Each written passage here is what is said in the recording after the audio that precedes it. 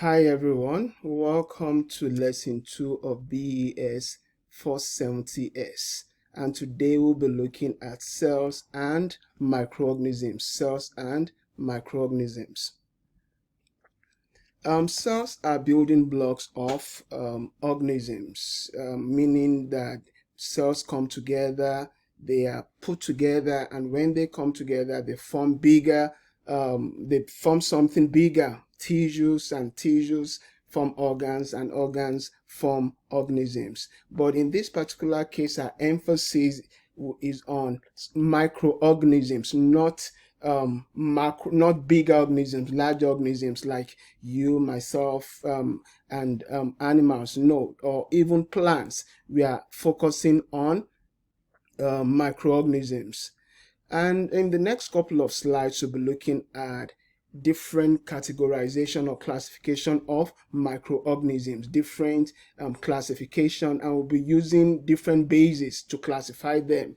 The first basis we'll be using, which is a broad classification, is based on the structure, especially the internal structure of the microorganisms and their functions.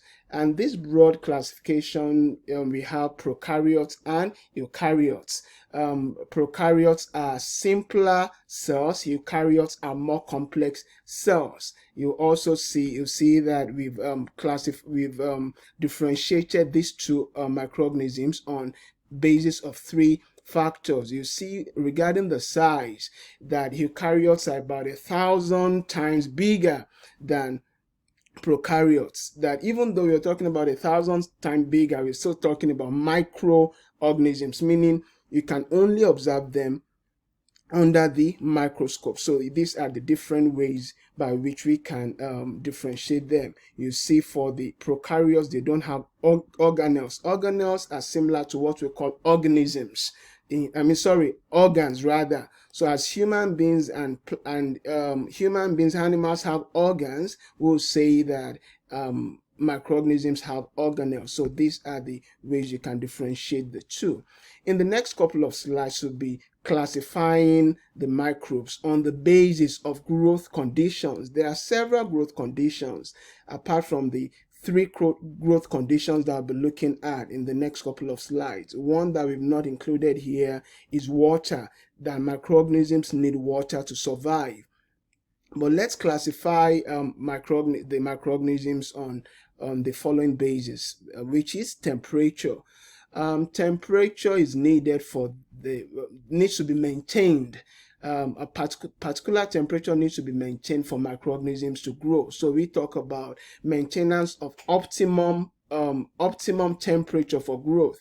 So for microorganisms that survive at very low temperature, when you see the files at the end, files, I mean PHILE, that talks about like. So psychrophiles, meaning they like low temperature. So those who would survive at below 20 degrees C. We even have microorganisms that survive at sub-zero.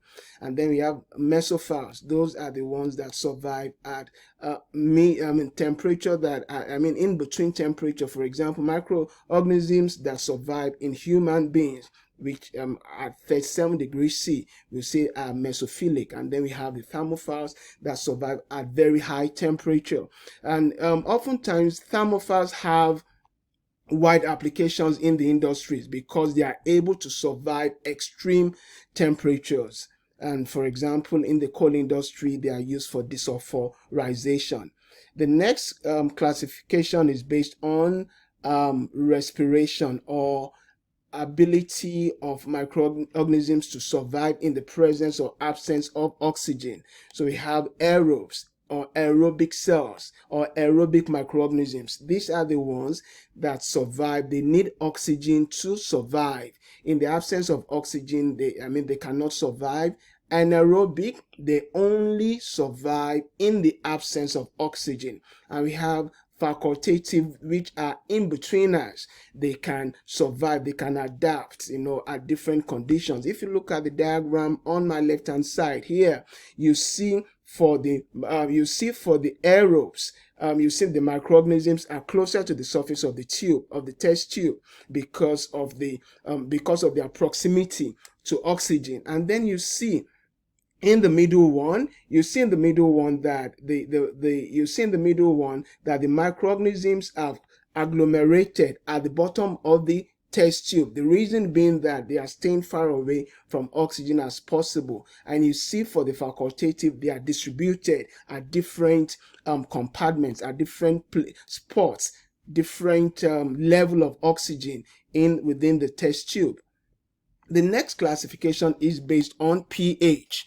So as I mentioned earlier on, FAL, that talks about like, or their affinity. So acidophile, so they have affinity for acid, and based on that they survive at low pH. So they survive at low pH. And then you have the neutrophile, which survive in the neutral range. And then we have the alkalophile, which survive at higher pH. At higher pH, those are alkalophile, 8.5 to 11.5. As you can see here, so for the growth rate of the microorganisms growth rates are dependent on pH. What this means is that neutrophiles cannot survive at acidic pH and vice versa, and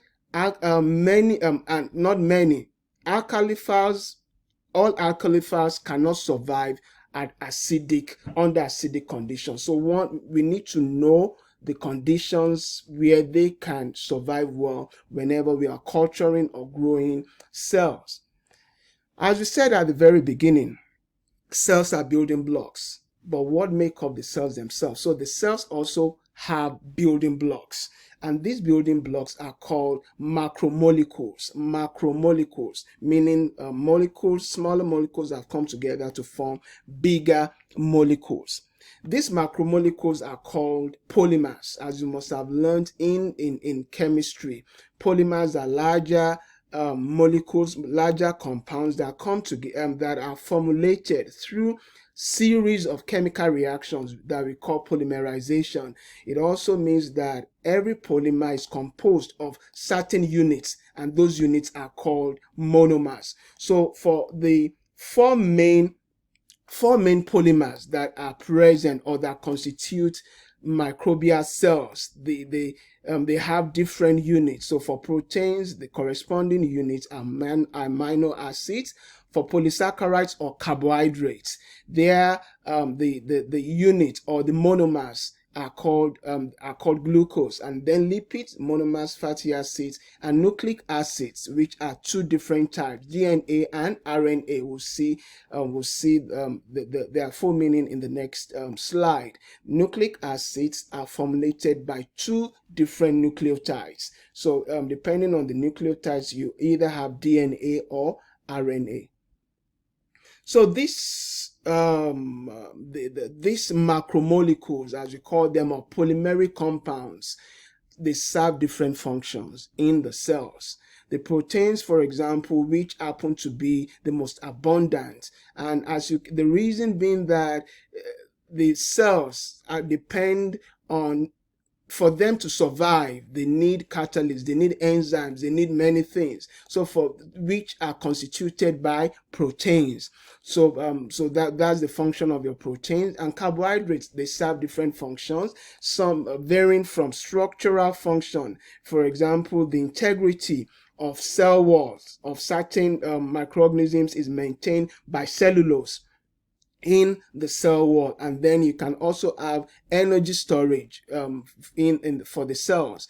We have lipids having those functions as well for storage or energy storage. And then we have the nucleic acids, DNA or deoxyribonucleic acid.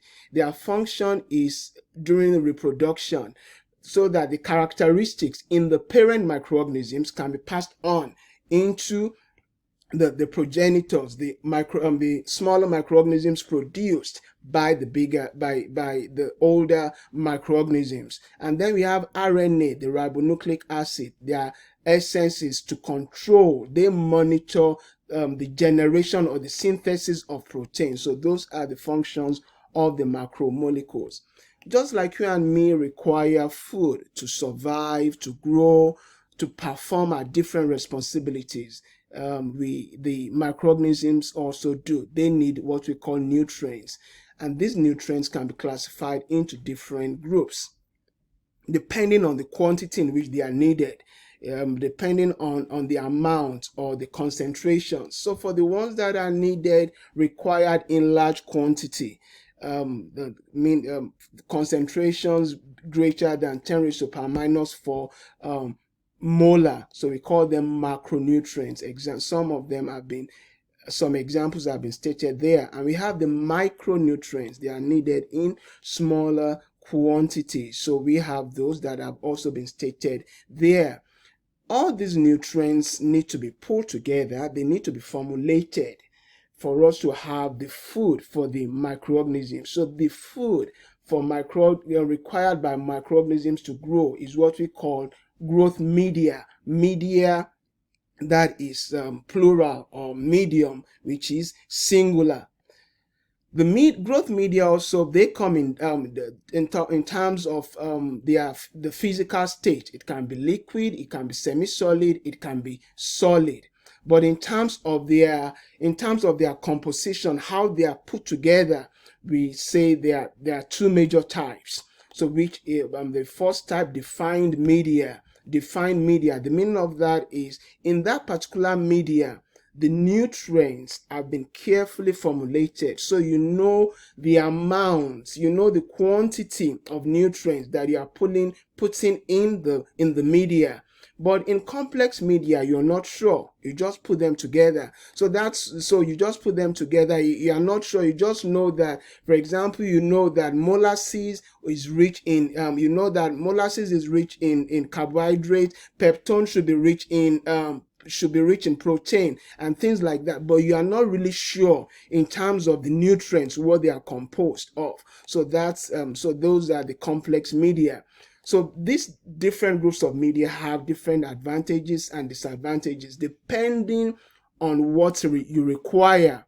So you cannot just say, I'm going to use complex media, no, you need to know what you require out of the system. You remember, we are dealing with bioprocess, meaning you have a system, you have a system you are mediating, you have a system you're controlling, you have a system where there's a raw material, where there are we have raw material and then your final product. So depending on what you are aiming at, that's what's going to depend on your choice. And then you also need to consider those other three conditions: the yield, cost, and reproducibility. So looking at process reproducibility, for example, this is what happens usually on smaller scale in the laboratory. We often use defined media on smaller scales in the laboratory.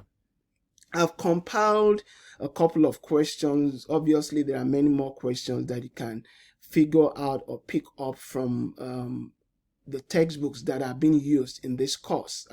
The references will be seen in the next slide. So I'm going to encourage you to carefully look through all these questions, carefully attempt them. So the essence of these questions is for you to be able to go back and carefully read everything that has been presented in the lecture slide, and for things that you can't find in the lecture slide, I want you to consult your textbook, and which I've given the references in this slide. So carefully check those things and attempt the questions. And if you have any query based on what has been taught in this particular lesson, don't hesitate to send me either an email or you pop me a message on WhatsApp, and I'll be glad to assist you. So I'd enjoin you to please carefully look through the slides before the next class. Keep well and stay safe. Bye.